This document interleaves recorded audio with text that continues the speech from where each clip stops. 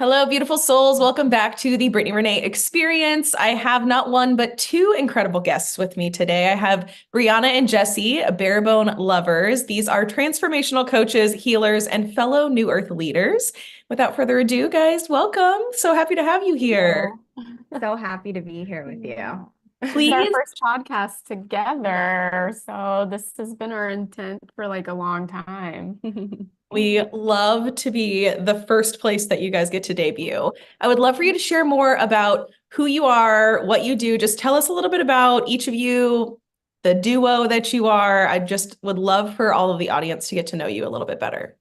Sure. You want to go? Sure, yeah. I mean, I guess how I got to this place, it's a long story, but I'll try to condense it. So, after being addicted to alcohol for like probably a good 7 years of my life, I started, I became sober.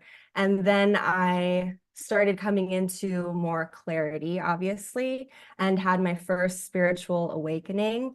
And so many things were just turning on for me. For so long, I was like, I was an atheist. We live, we die, and then there's black, there's nothing. But then, people around me started opening up my eyes. I started working with a manifestation coach who, Jaron Kenyon, and he opened me up to so much and things started just turning on for me. And so I had been a therapist all throughout that time. But after being a client and a practitioner of therapy for years, I realized, oh my gosh, I'm reaching like so many caps. There's got to be something more. There's got to be something deeper that we can do for healing, for true healing, instead of just talking about the trauma over and over and over. So I felt a really strong call to connect with different holistic healing modalities, to connect with my highest self. That led me to quantum healing hypnosis techniques. So I got trained and certified in that. That also led me to something called quantum flow. It's an embodiment practice. It's actually like a moving manifestation that you do with your body. It incorporates like meditation, sound. It's so amazing. And that really, when I started getting into that embodiment practice, like that really just took me on a whole new trajectory. I feel like there was many quantum leaps that happened within that. And so that led me to letting go of so much in my life that I had spent so much time building up in my, new sobriety. So I was letting go of a husband, moving states, letting go of, pets, this whole thing, and then enter Jessie. And I met her. Yeah. And the rest is history. We love love here. We love this. Now we're moving to Thailand, so Right. a lot of quantum shifts have happened. Moral of the story, we're not even 5 minutes in, but moral of the story, follow your heart, learn your embodiment, meet your lover, live the life of your dreams. Okay, Jessie, tell us more about you. So I come from a place of like a lot of structure and discipline. So throughout my childhood was very disciplined, and then I was in the military for 8 years. That's like, the most discipline you can go through. And then I got out of the military, and then I was in corporate America, which is like not as disciplined, but still some structure and like very like your freedom is tied down. And a little over a year ago, I decided to just like take the leap, take the jump, like trust myself, follow my intuition. And so I went into Airbnb. I like flipped my home and like went through that whole process and really like threw myself into like the entrepreneurial realm of things. And yeah, and then I let go of a lot of relationships and friendships, and I had a different experience with alcohol. I kind of used it as a social crutch. But I also really realized that once I made the choice to stop drinking, so much clarity came to me. And then I was more open to meeting new people. And I got my first tarot reading ever. And it was like really crazy, just the synchronicities, everything he was telling me. I was like, no, this isn't going to happen. And like literally everything has come to pass. Like everything has happened. And it's just really crazy. And then enter B into my life. And then we had so many signs from the universe and so many synchronicities. And we were almost living really parallel lives, in hindsight. We were getting out of toxic relationship cycles, and then we meet, and then we're like, we have a new set of challenges where you're in a healthy relationship and you're triggered all the time and you're like, what do I do? So we really just want to pass that knowledge and wisdom along to other people that are going through the same things. Mm.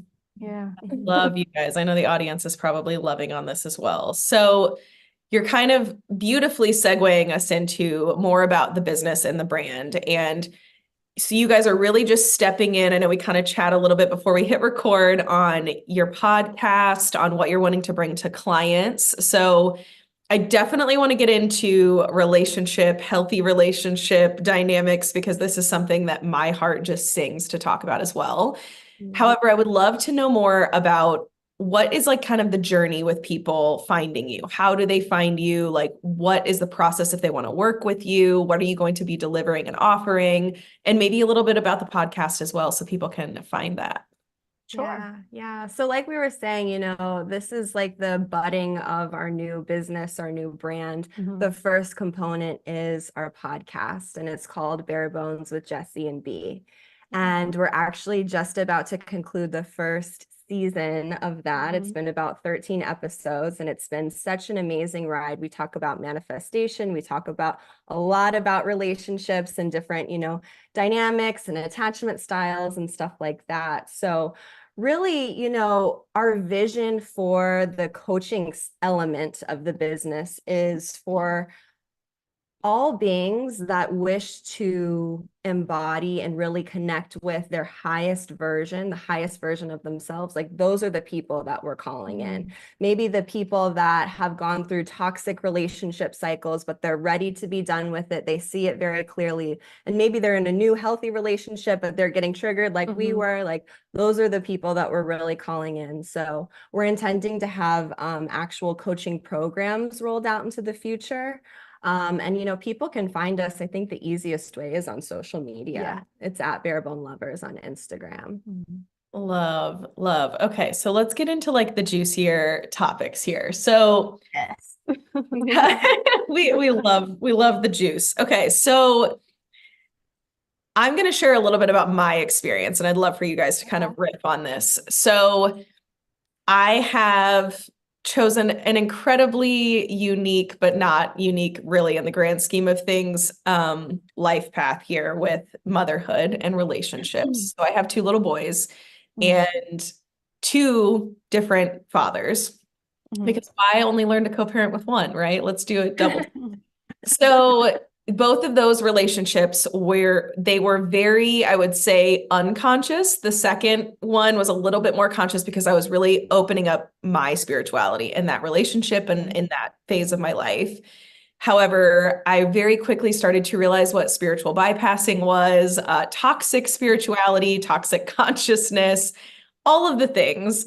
And coming out of those, I actually met a partner who I would say physically totally was not the type I would go for, which was the first kind of like, not what I would normally pick, but like the energy was just so, you couldn't make it up. Like, just the synchronicities and all of the pieces, and how at home I felt in his energy.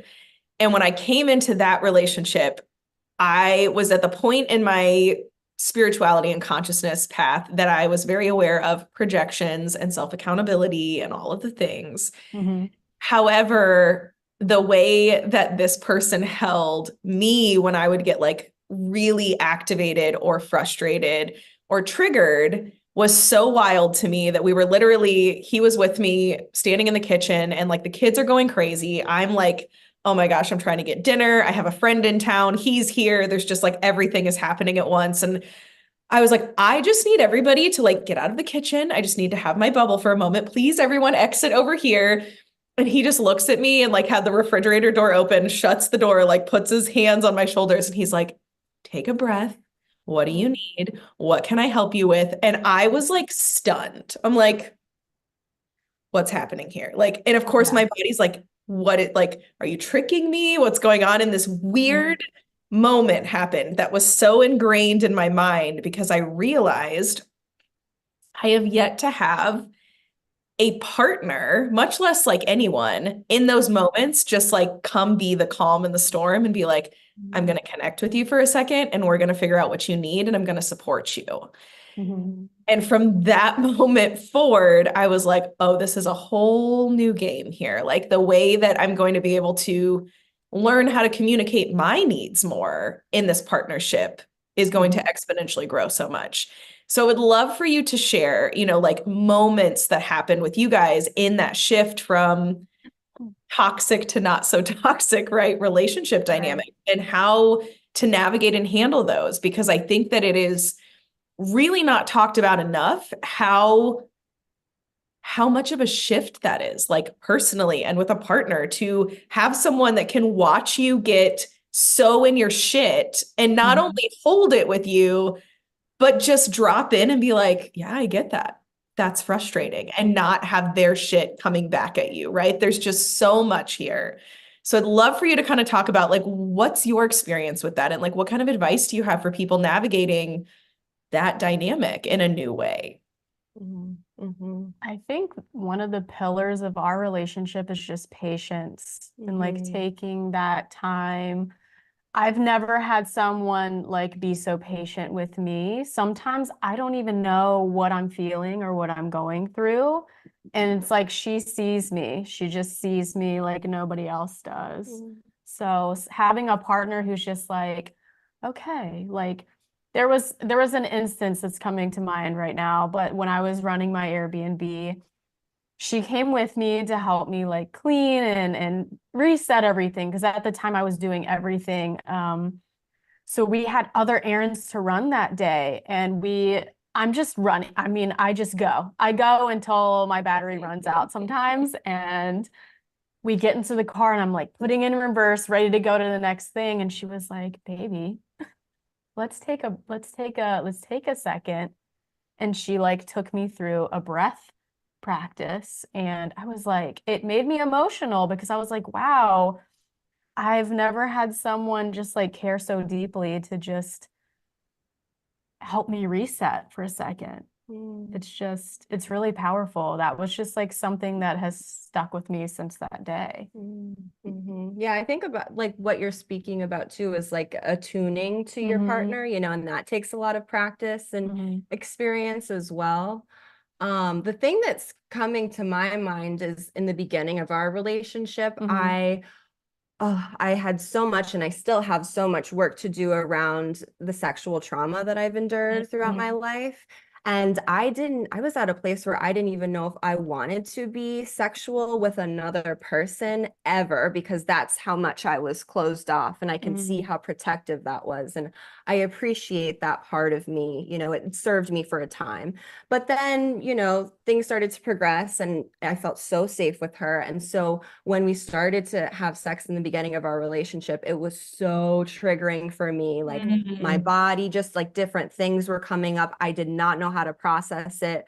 I had like child parts just trying to keep it in and be stoic. And I just remember one day I couldn't keep it in, and I just let it all out. I was sobbing uncontrollably, and she just held me. You just held me so lovingly and sweetly, and it took everything in me to not like shut down even more and run away even more. So I think, and that's sort of been my pattern. I think whenever there's like a layer of vulnerability that gets exposed there, I just tend to avoid.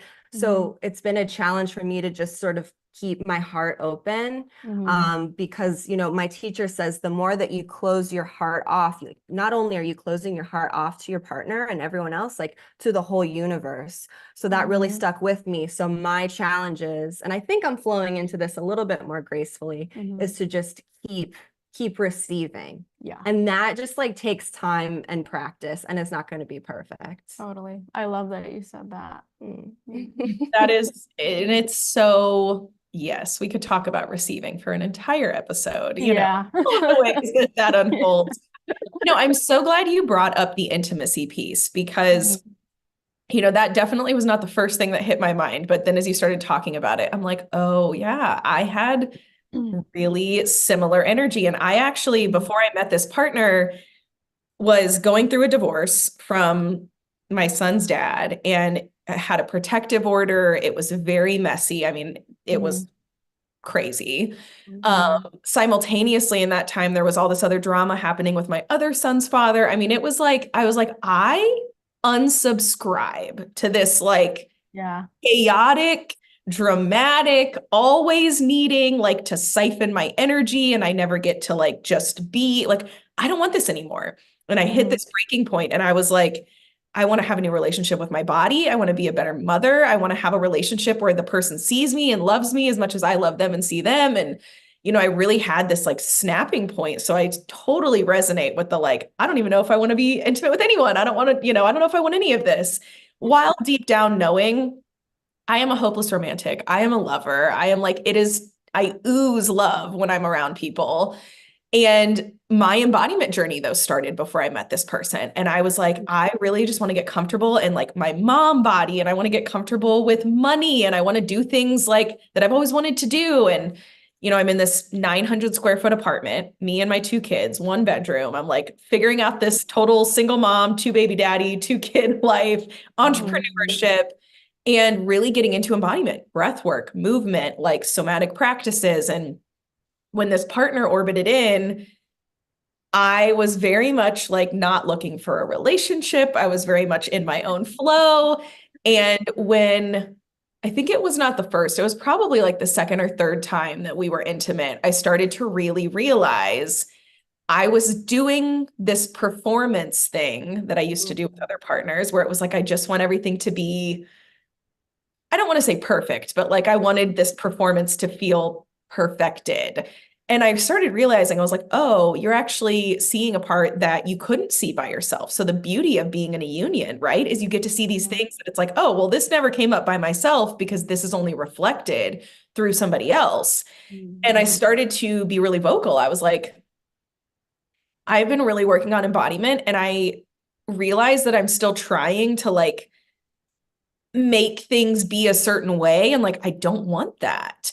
And so we really got more conscious around our sex life. And I was so emotional because it was just like even speaking that I just wanted to be more in my body and I wanted to just take things very organically. And it was such a breakdown when this happened and this flip happened because after, we would be intimate, he would have his hands on my womb space and it was always where he put his hands. It was always on my belly. And I was like, it made me want to contract. Like I wanted to just like move, like let me curl. And every time I would try to like turn a shoulder, he would just kind of turn me in to him and be like, and I asked him, it was probably a couple months into us dating. I'm like, why are you always putting your hands on my like womb space after we're intimate? And he's like, because I'm guarding you. Like I'm protecting this space. Like this is where like your trauma is trying to like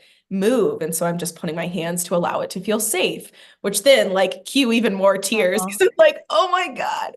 But it's so beautiful. And I think there is so much healing. And I am not with that partner. He was like straight contracted for healing, I think on both ends for lots of reasons.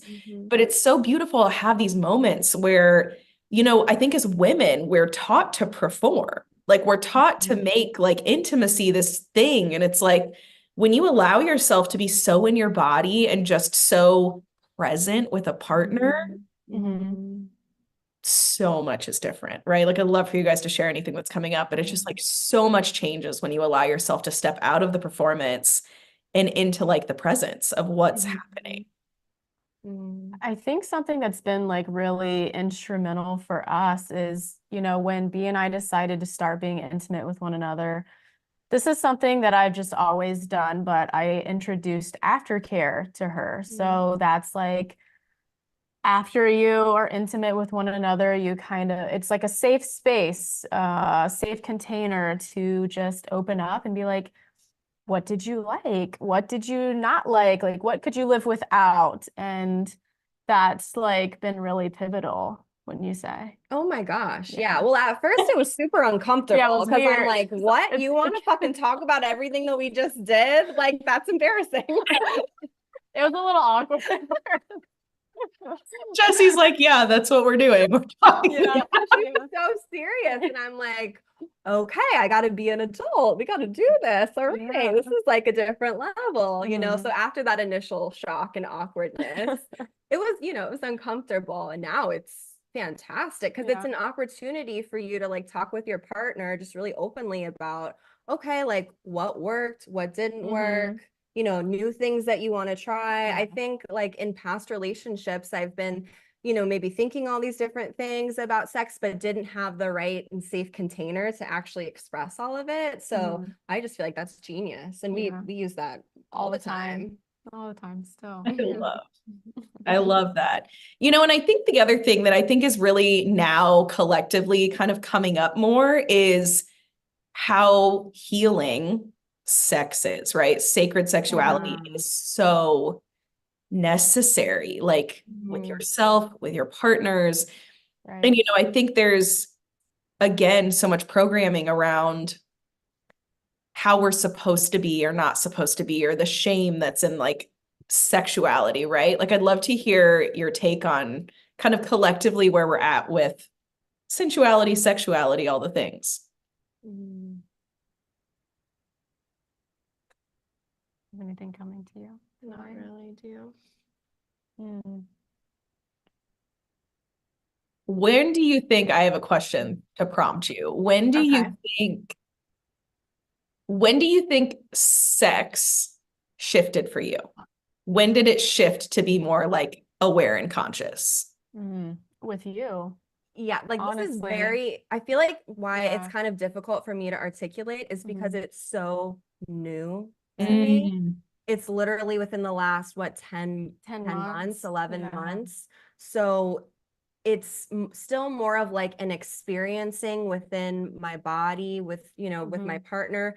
And yes, we talk about, you know, stuff during aftercare, but I don't articulate a lot of this with others.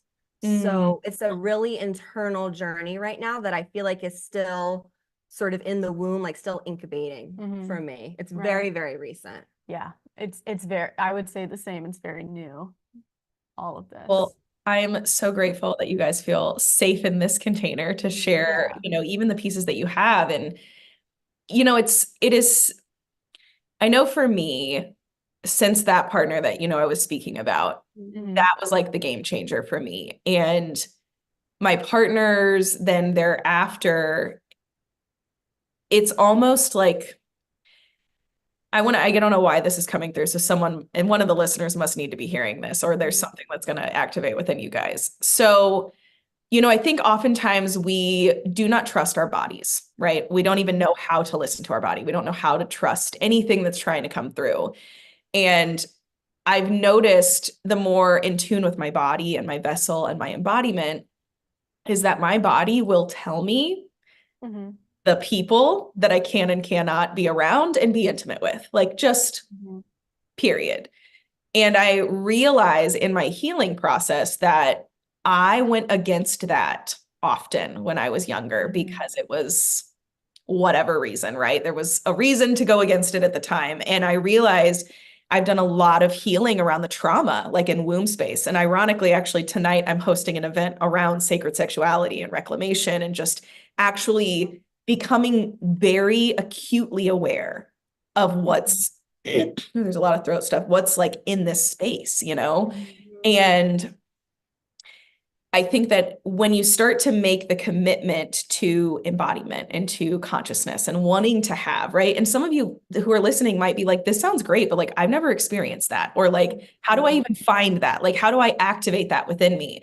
And, you know, these are things that you can do by yourself to call in a partner. You know, it's like becoming attuned with what your body is asking for. And when, you know, when you get in partnership, that's the expansion even more, where it's like, can I verbalize this and tell you this is what I want? This is my experience that I'm desiring. But, you know, the interesting piece is that I would love for everyone listening to start to tune in more, whether you're partnered or not, or you're maybe just in the dating scene. listen to your body, like really listen to like what your body is telling you, because whether it's you get anxiety maybe before you're intimate with someone, or your womb space feels like it's locked up or shut down, or your body isn't feeling like it's able to relax, those are all cues telling you this energetic's not blending. And what's going to happen is you're going to actually bring trauma into your body by going against it. And what happens in the opposing is when we're really connected with someone and we're really tuned in and turned on in all the ways, those are where you get to have these experiences that it's like, whether you're both conscious or not, even if you are being conscious of it, the experience gets to be so elevated. And if you have the beautiful gift of having a conscious partner, it gets to be elevated even more. And, you know, there's a piece too around, there must be some people dating listening because this is really channeling through. For those of you who are dating, you know, and you're like, how do I have like conscious sex, right, with someone if I'm just kind of, maybe I'm not just with one person? I think that there is so much to be said about having your body be a temple to yourself, and like you have that before and after care, even solo. Like what went really where did I stay embodied in my body? Where did I like want to disassociate and leave, or like afterwards turn away? And I will say, you know, I've been dating, and one of the people that I have been dating on and off now for a little while, he has actually started making comments, and he's not totally shut off, but he's not a super conscious person either. But he's been making comments afterwards where he's like, what did you just do? And I'm like, what do you mean? And he's like, I feel like there was like a lot of energy happening. I don't know. Like, I just don't know what just happened. And I'm like, welcome to dating someone who's magical. But it, you know, it's like we awaken our partners, right? So it's something that I think is so beautiful and amazing. And with you two, you're partnered. So it's like you guys get to like awaken each other consistently, but you can still do this sacred sensual work and this embodiment just on your own. Like you don't have to have a partner to do that. Totally. I love that. You touched on that in one of our podcast episodes. Yeah. Well, and you activated something in me. So like totally like tuning into your body holds so much wisdom. And, you know, this is still a journey for me because the journey never ends, right? But I can just even think back to moments in my life when my body, everything in my body was saying no, no, no. And I totally disregarded that and said yes anyways. And now I'm healing from all of that. So like it really pays off to like listen to your body in the moment, because then, you know, you don't have to do so much healing work later on. But oh my gosh. And then I think something else is coming through for me too. And someone out there may need to hear this, but just speaking with the body and that connection, like I've struggled with eating disorders since I was in middle school. So that was a whole nother like disconnection from the body, like numbing my body, numbing my emotions, like not understanding like the cues and when I was hungry, when I was full, like so much of that is connected to the body. And now I'm really coming into, oh my gosh, loving my body, like cherishing my body, like the deepest self-love ever within the last year. It's been amazing. So yeah, that's what was activated for me. I love that. I resonate with that. And I've talked about this on the podcast. Honestly, you know, I had eating disorders probably from like middle school into college into even like coming into motherhood. And I remember I was probably like 3 months pregnant with my oldest, and I hit this point of there was a lot happening in the relationship, and it was like I started realizing I was like, oh, I'm wanting control. I'm wanting to like go purge because I literally am like over capacity. Like there's just too much happening. And I remember being in the bathroom and I was making myself sick. And I just dropped to the ground and started sobbing. And I was like holding my belly and I was like talking to the baby. And I'm like, who's now my oldest, and he's such a little warrior. But I was just like, that was this moment for me that I'm like, I can't, like, this can't be a thing. And like, I was apologizing to him, and I'm like, this is like, I'm sharing my body with you right now. And like, I am going to be a better mom. And like, it was just such a coming to Jesus moment of like, this is so much more than me. Like our bodies as women, we're portals. Like we literally bring babies here, right? We bring souls to this realm. But also, you know, whenever those triggers in me come up, I'm like, this is my escapism, where I think some people it was alcohol, some people it's drugs, some people it's sex, you know, it's like whatever. It's like for me, it was always eating disorder because it was like, what in my own sphere can I control right now that like makes me feel like I have a grip on something? And in reality, it's like a grip on nothing, right? Because we're disconnecting from our body and we're like bringing so much energetic that we don't need. And I think, you know, the eating disorder piece is such a huge part of embodiment. Like wanting to come into your body, I think that comes up.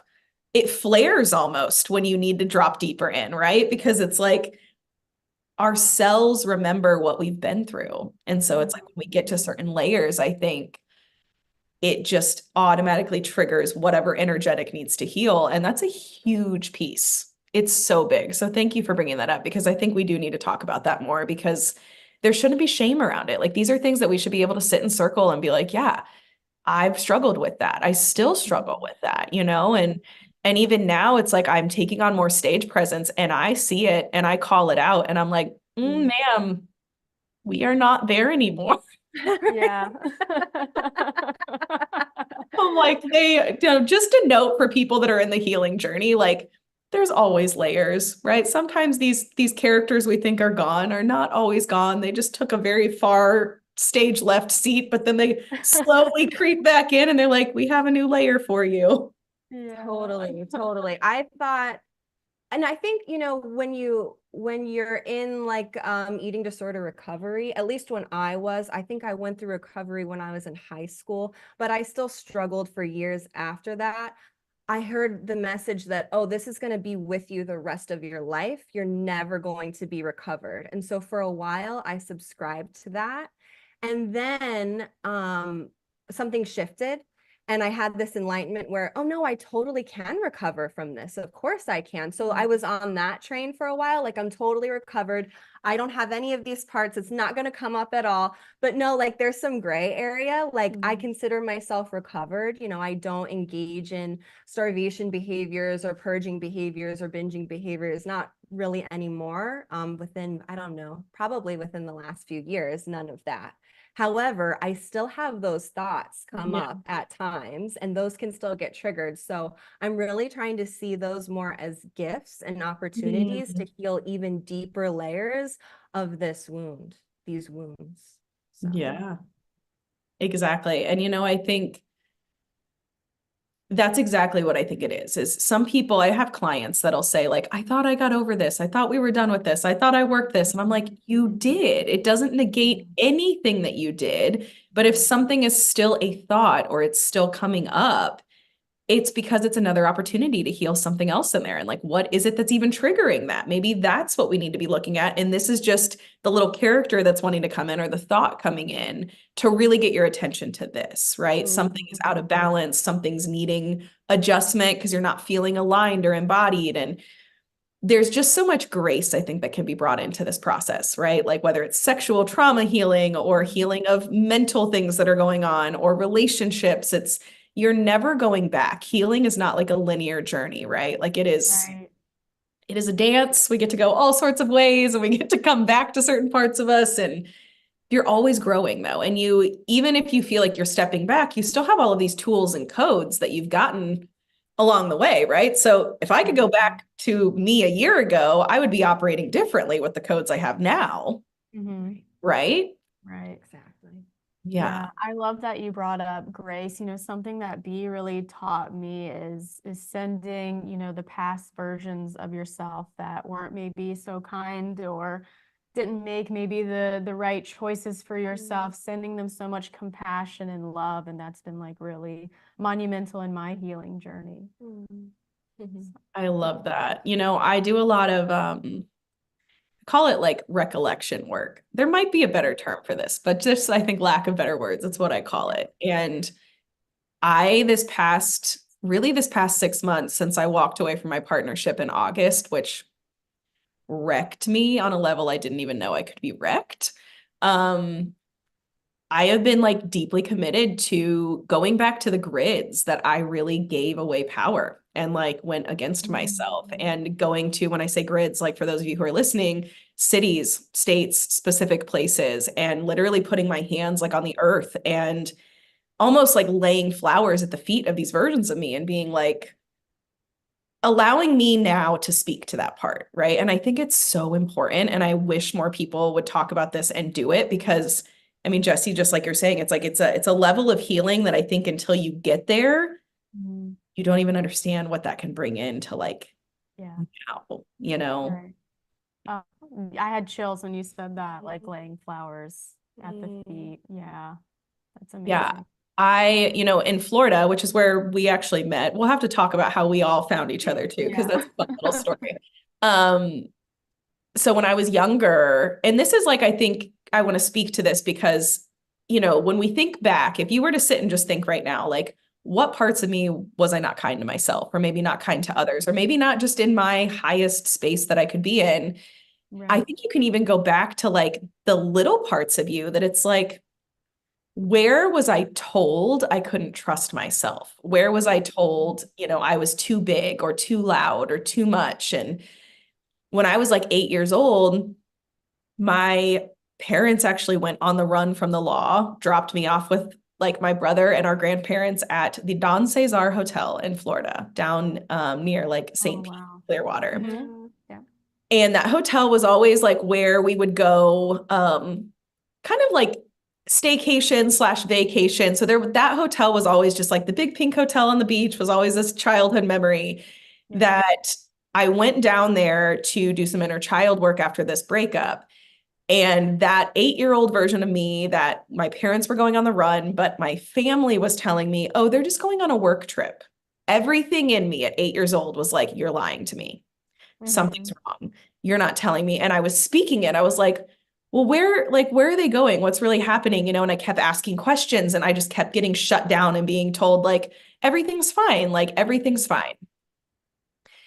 And I didn't realize till I went back to Florida to what I thought was going to be doing work around this relationship. Like little me came forward and was like, no, like we need to powwow because you were told not to trust yourself at this super young age. And that's kind of stuck with you in all these situations.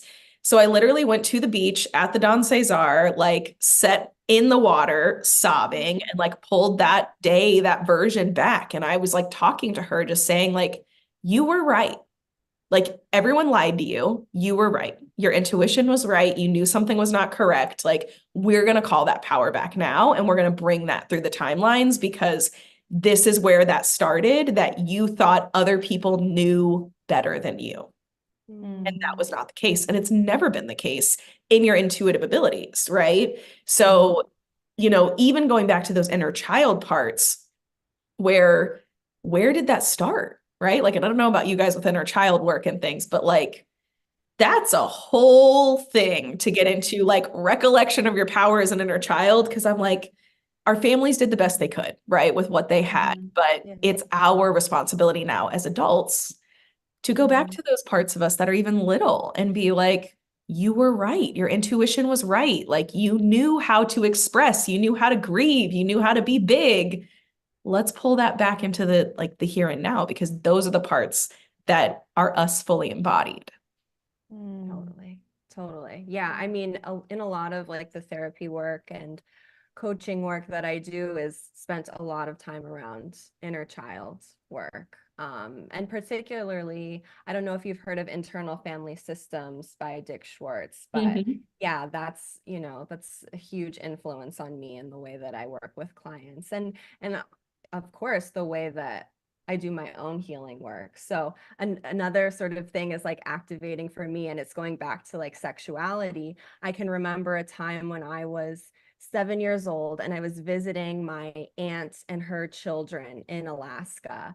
And I didn't know what sex was at the time. And one of my older cousins, maybe he was like 2 years older than me, told me what sex was. And I said something about it, and I guess my aunt had heard. And she shamed me so much for talking about sex. And I just remember feeling like, oh my gosh, I did something so terrible.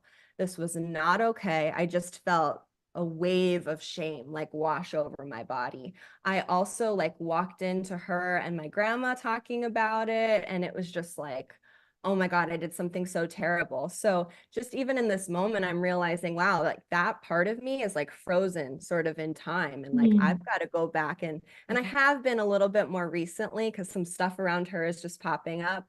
But I've got to go back. And sometimes you have to go back multiple times to that inner child to heal her and let her know that it was okay. Like you're an innocent human being. It's all good, girl. So yeah. Something that's coming through for me, and like I said in the beginning, you know, my childhood was very structured and disciplined, and I wasn't always allowed to use my voice. Probably 95% of the time, it was very much like, I'm the adult, you're the child, you know, be quiet and listen. And that really transferred into my adult life. And I had such a hard time in relationships communicating my needs and my wants and the things that were coming through my emotions, you know. So that's been something, you know, I'm still working through that even now. Yeah, I think there's so much there, you know, and I think that's where we become people pleasers, right? Like where we 100%. I'm a not to call you out, Jessie.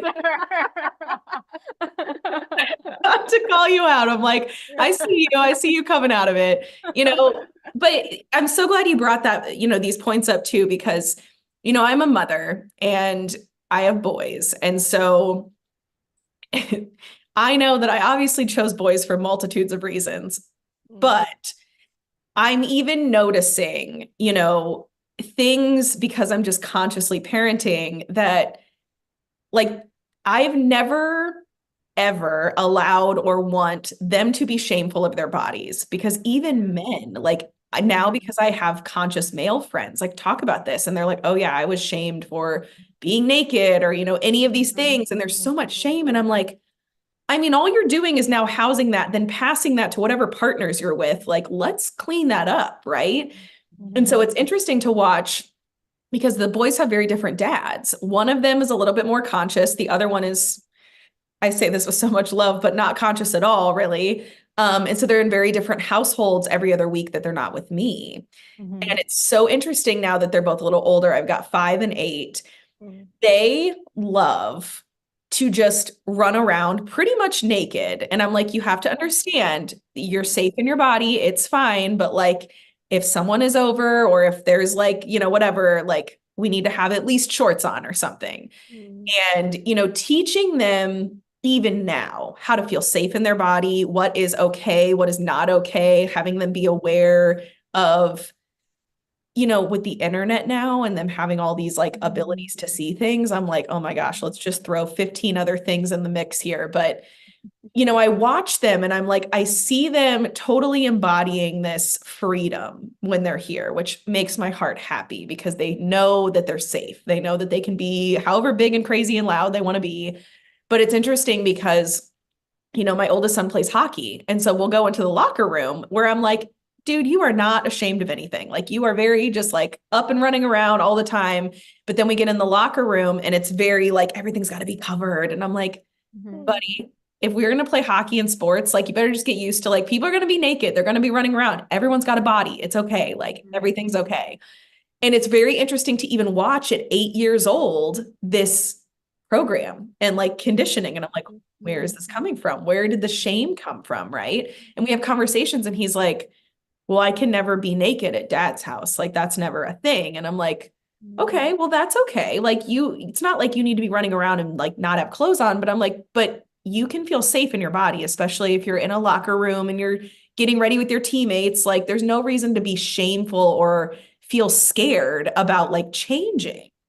And so it's so interesting to me. And I'm just so conscious about it. I'm like, I don't want you guys to house shame around your bodies, around sex. I don't want you to look at women's bodies and like sexualize them because you've never seen a woman's body, you know? It's like, there's just so much here from such a young age, like 7 and 8 years old. This is where we really get ingrained of so much. And I think as parents, a lot of us are trying to be more open of like, it's okay to talk about these things. Like when is the right time ever to have the sex conversation, right? It's like 7 Mhm. sounds early, but on the flip side, I'm like, I mean, we have kids that are, now we're finding out are intimate when they're like 9 and 10. And I'm just like, I can't even imagine this. But Mhm. how do we protect them? How do we keep them, aware and embodied even from when they're that little? Mhm. Yeah, I just want to say thank you so much for being the beautiful parent that you are, and for everyone that's listening, they're clearly doing the same if they're a parent. So it's really inspiring because Yeah. we want to be parents someday. Hopefully it's maybe a girl and boy, or I don't know how many, We're but not twins. but yeah, we'd love to like talk with you more, off the Yeah. podcast too, about parenting and giving us Yeah. tips, because we want to, of course we can't do it perfect, but I want to go into this really consciously when the time is right. Yes. Oh, Very and it's inspiring. parenting, and it's such a trip because, you guys are doing inner child work now. Yeah. Just like when we talk about partnership, it's like your kids will mirror all sorts of other things together. You're like, wow, I didn't know that part was in there until you just mirrored that. So thank you. Thank you for bringing that to my consciousness. No, parenting's beautiful. It is the hardest and most rewarding thing I think we can do as humans. And you guys will be wonderful, wonderful parents. So I'm excited for that for you. Okay, so I want to segue into, I cannot believe we've already been on here for almost an hour. I want to Wow. segue into any other like big things that are just on your heart that you might want to speak to, or any advice to any of the audience that you want to speak to, any exciting things coming up. I just want to kind of allow you guys to take the space up here for the end of this. Ooh, okay, I'll give the exciting news. Go for it. We have really just leapt into letting go. So like the past, what would you say, 2 months? The last 2 months I sold my house, my Airbnb. I let that business venture go. Sold all the furniture, all the contents, everything, held a big estate sale. We've been letting things go in our condo. Like we are literally only taking 2 suitcases with us and some backpacks. And we're just gonna go. We bought one-way tickets to Thailand.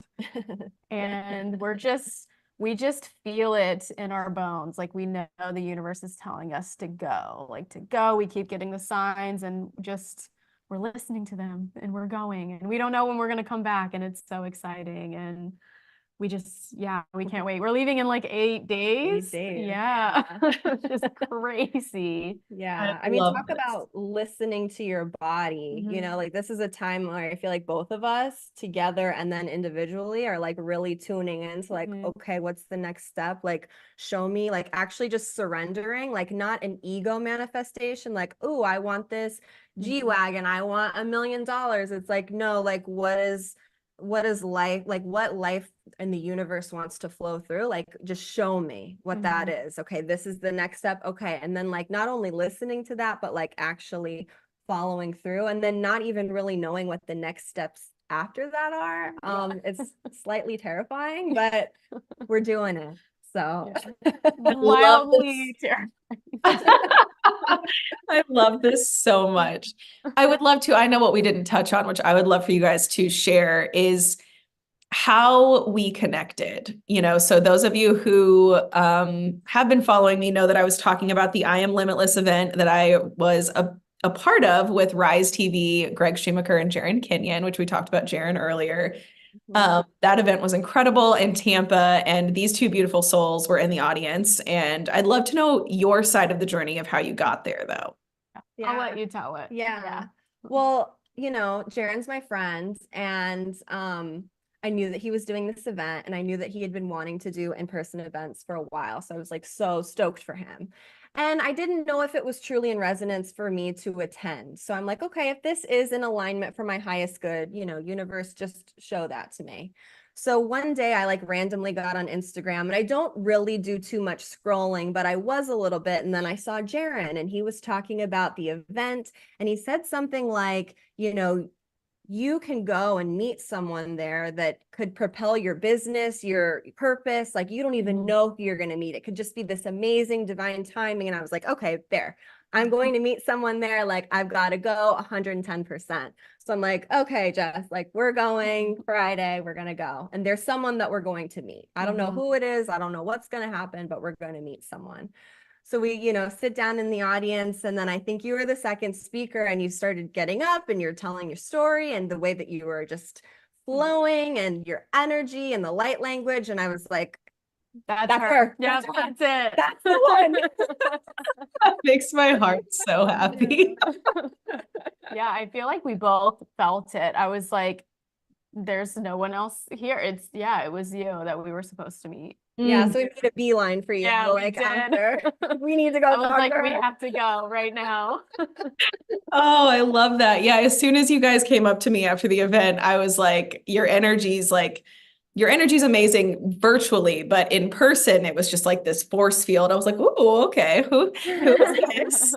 And I was so sad that you weren't going to be at Saturday, but then obviously we connected and we're good. So, I love sharing that story because I think, again, just if you are on your journey, right? And thank you guys for being in this level of surrender to show people like, it's okay. Like, you're not going to die if you do these things. You're actually safe to surrender and to trust. Like, it's so beautiful to witness that. But you never know. Like, you never know who you're going to meet. You never know. Like, we don't even know fully yet, like, what's coming, right? Like, we've even been saying, like, we're going to reconnect when you guys get grounded. And I don't even want to say get back. It's like spirit kind of stopped me. It's like, get grounded, because we don't even know where that's going to be yet, right? So the relationships and connections that you get to build in these spaces of just trust and surrender and kind of being in this ever moving flow of like, what is for my highest good, and trusting and leaning into that, even if you don't understand or know the how, always brings just so much gold and just so much beautiful connection and gifts. And I am so grateful that you guys spent this last hour with us, which flew by. And please, everyone, go follow them on Instagram, find their spaces and pages. Do you guys have anywhere else you want people to connect with you, or what's like call to action for them to find you, connect, and all of that? Yeah, I mean, you can, like I said before, connect with us on Instagram at Barebone Lovers. You can also find our podcast on Apple, Spotify, and YouTube. It's Bare Bones with Jessie and B. Yeah. Love that. Any other closing comments or anything you want to say before we wrap it up here? Just want to say, like, thank you for having us. We feel so grateful, and we, like we said in the beginning, we had the intention of being on a podcast together, and we had both been on different podcasts separately, and we were like, we just want to be together on one. So thank you. Yeah. Thank you so much. Thank you. Thank you. Thank you. Thank you guys so much. Please go check out these two beautiful souls. If you guys are listening on audio and you are not watching, you guys can always go over to the YouTube, to Conscious Awakening Network, and check out how beautiful these souls are also in person in their physical vessels. I will see you guys next week, Monday, 10 a.m. Eastern Standard on the Brittany Renee Experience. Bye, y'all.